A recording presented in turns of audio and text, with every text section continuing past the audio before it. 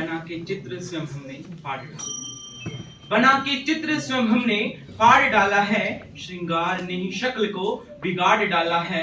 दोष कुछ भी नहीं, गरीब पतझड़ का, बहार ने ही चमन को उजाड़ डाला है। मान्यवर, अभी मेरे से पूर्व मेरे प्यारे साथियों ने कृत्रिम बुद्धिमत्ता रचनात्मकता पर अंकुश संबंधित विषय के पक्ष में अपना मत रखते हुए कृत्रिम बुद्धिमत्ता को दोषी ठहराने का प्रयास किया, जिससे एक पल के लिए तो सदन में बैठे हुए लोगों के मन में शायद ये भ्रम तो पैदा हो ही गया होगा कि कृत्रिम बुद्धिमत्ता रचनात्मकता पर अंकुश है। परंतु आंखें खोलिए, पट्टी हटाइए, कहानी कुछ और ही है। अभी जो कुछ भी मेरे साथियों द्वारा बोला गया, ये बातें केवल कहने और सुनने में ही अच्छी लगती हैं, वास्तविकता तो कुछ और ही कहती है। मान्यवर, मैं सदन में बैठे हुए लोगों को यह बताना चाहता हूं कि ऑक्सफोर्ड डिक्शनरी के अनुसार कृत्रिम बुद्धिमत्ता कंप्यूटरीकृत मशीन की वह क्षमता है जो आमतौर पर केवल मनुष्य के पास है। अर्थात कृत्रिम बुद्धिमत्ता का आविष्कार भी मनुष्यों के द्वारा ही किया गया था और उसका प्रयोग भी मनुष्यों के द्वारा ही किया जा रहा है। मान्यवर, जिस प्रकार यह एक वाहन चालक पर ही निर्भर होता है कि वाहन कैसे नियंत्रित किया जाए, और यदि वही वाहन चालक बाद में शराब के नशे में धुत होकर अत्यधिक गति से वाहन चलाता है और कहीं सड़क दुर्घटना का शिकार हो जाता है, तो आप दोषी किसे ठहराएंगे, वाहन को या वाहन चालक को? ठीक उसी प्रकार कृत्रिम बुद्धिमत्ता तो एक मानव निर्मित सॉफ्टवेयर है जिसका प्रयोग तो मनुष्यों की सुविधाओं को बढ़ावा देने के लिए किया जाना है, और वहीं यदि हम इसका प्रयोग गलत तरीके से करेंगे तो क्षमा कीजिएगा मान्यवर, दोषी कृत्रिम बुद्धिमत्ता नहीं अपितु हमारी मानसिकता है जो हमें ऐसा करने पर विवश कर रही है। कृत्रिम बुद्धिमत्ता के आने से पहले की स्थिति तो मेरे साथियों ने भर भर के सुनाई, परंतु कृत्रिम बुद्धिमत्ता के आने से कैसे मनुष्य विकसित हुआ है, कैसे कृत्रिम बुद्धिमत्ता ने हमारी रचनात्मकता को गढ़ा है, मैं आपको बताना चाहता हूं। महोदय, कृत्रिम बुद्धिमत्ता तो हमारे लिए वरदान के रूप में सामने आई है, जिसने नामुमकिन को भी मुमकिन कर दिखाया है।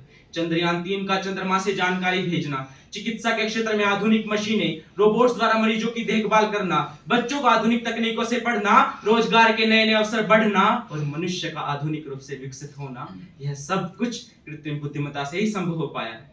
आज कृत्रिम बुद्धिमत्ता के उपयोग से कैंसर जैसी भयावह बीमारी का इलाज भी किया जा सकता है। कृषि के क्षेत्र में कृत्रिम बुद्धिमत्ता के कारण ही आज हम एआई एल्गोरिथम का उपयोग मौसम एवं जमीन विश्लेषण में तथा रोग एवं कीट प्रबंधन में कर रहे हैं।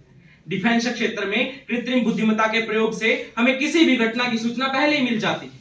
कृषि के क्षेत्र में परिशुद्ध खेती, विद्या क्षेत्र में जोखिम मूल्यांकन, यातायात के क्षेत्र में ऑटोमेटिक वाहन और साइबर सुरक्षा के क्षेत्र में नेटवर्क ट्रैफिक, यह सब कुछ कृत्रिम बुद्धिमत्ता के द्वारा ही संभव हो पाया है। तो आप कैसे कह सकते हैं कि कृत्रिम बुद्धिमत्ता हमारी रचनात्मकता पर अंकुश है? मान्यवर, कृत्रिम बुद्धिमत्ता तो उस बिजली के समान है, यदि इसका प्रयोग सही तरीके से किया गया तो अंधकार मिटाकर प्रकाश फैलाती है, और वहीं यदि इसका उपयोग गलत तरीके से किया गया तो करंट लगने से मृत्यु का कारण भी बन सकती है।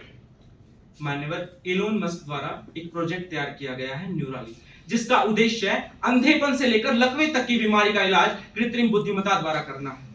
जो शारीरिक रूप से सक्षम नहीं है उसको ऐसे ही छोड़ दिया जाए, कृत्रिम बुद्धिमत्ता इस विचारधारा को नकारती है। आज कृत्रिम बुद्धिमत्ता हमारे जीवन का अभिन्न हिस्सा बन गई है, घरों कार्यालयों में सहायक के रूप में कार्य कर रही है। Alexa, AI cooking, AI television, smart lock, सुरक्षा कैमरे इत्यादि।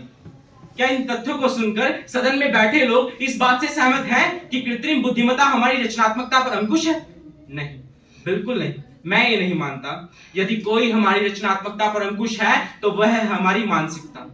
महोदय, कृत्रिम बुद्धिमत्ता तो हमारे समय को बचाकर उसे नई दिशा में लगाकर नए आयाम गढ़ने की ओर प्रेरित करती है। आज कृत्रिम बुद्धिमत्ता उस सर्वशक्तिमान की तरह आकर मनुष्य को कह रही है कि बोल बंदे, तुझे क्या चाहिए? आज कृत्रिम बुद्धिमत्ता के पास तुझे देने के लिए सब कुछ है, बस शर्त केवल इतनी सी है, तेरी मानसिकता बदलनी चाहिए। धन्यवाद।